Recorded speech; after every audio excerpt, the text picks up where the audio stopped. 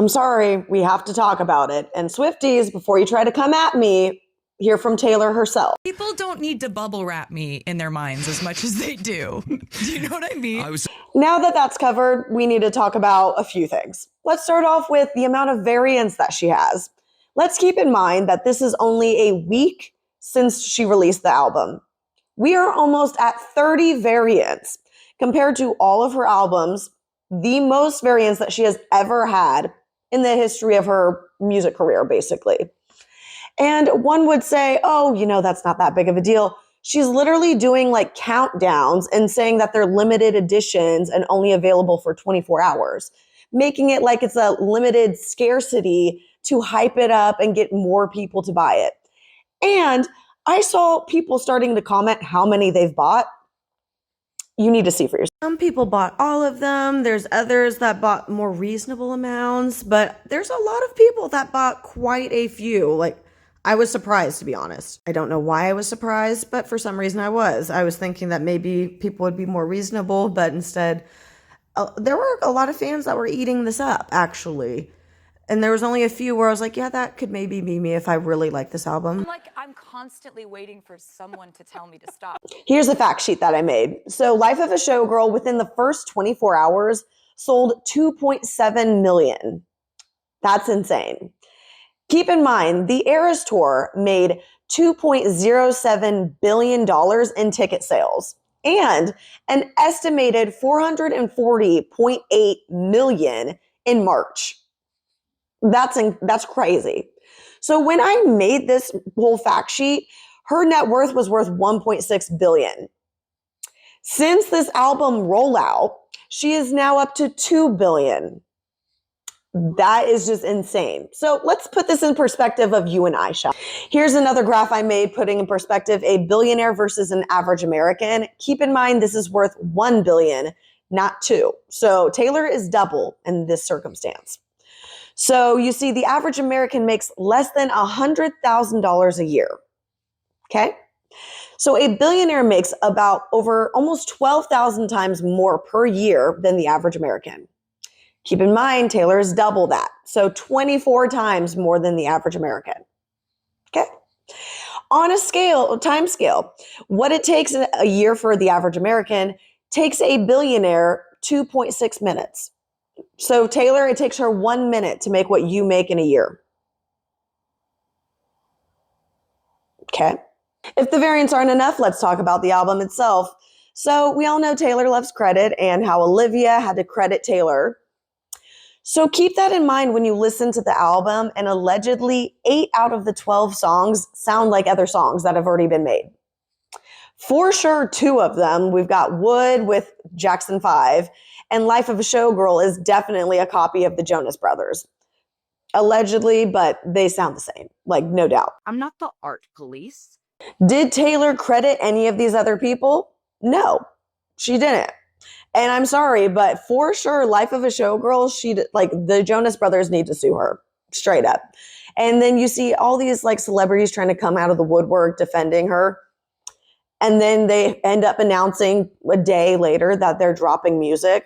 They're only defending Taylor right now because they're dropping music and they want Swifties to listen to it. That's it. So if the variants aren't enough and not crediting other artists aren't enough, let's talk about Taylor using AI. Yeah, her new videos, multiple spottings of AI errors have been, shown. And even when you're watching it, you can kind of tell it's AI, it's not CGI.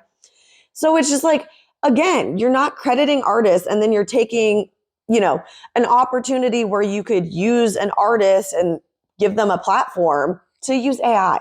Really? With all that being said, it's very frustrating seeing people try to gaslight you into just excusing all of this behavior, like as if there's any ethical billionaire. Let's be real. So that's really frustrating. But at the same time, Taylor, basically curated her fans to be that way. At no point has she ever told her fans, stop being this way. Stop going after people. Stop doxing people. She has never told them to stop, ever. ever. Because with an enormous fan base comes great responsibility. Like, did you have to tell the Black Dog Pub that they might be getting a few calls?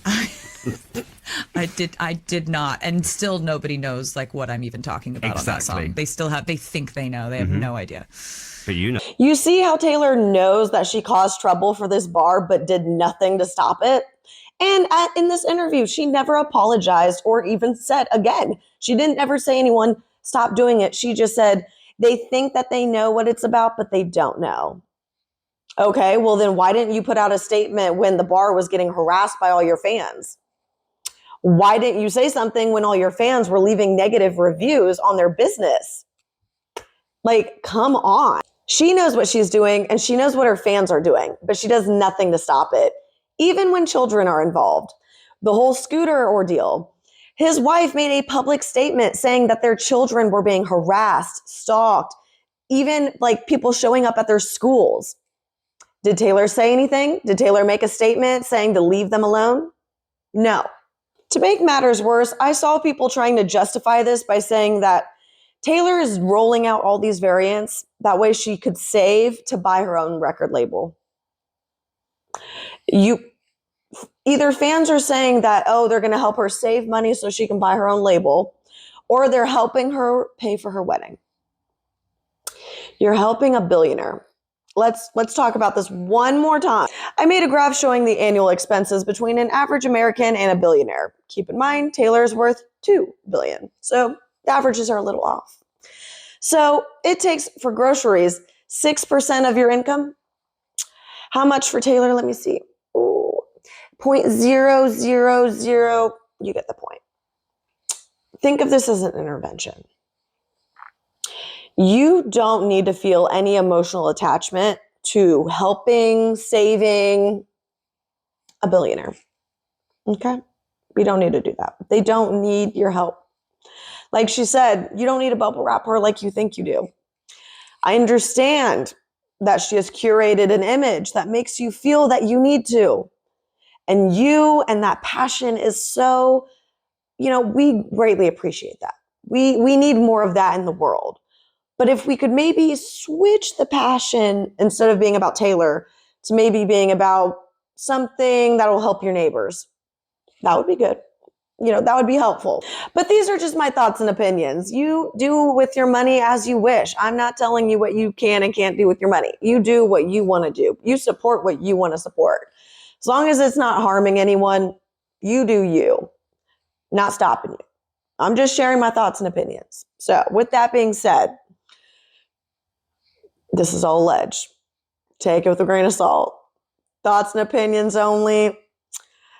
By the grace of the First Amendment, thank you, Jesus. Follow me for more.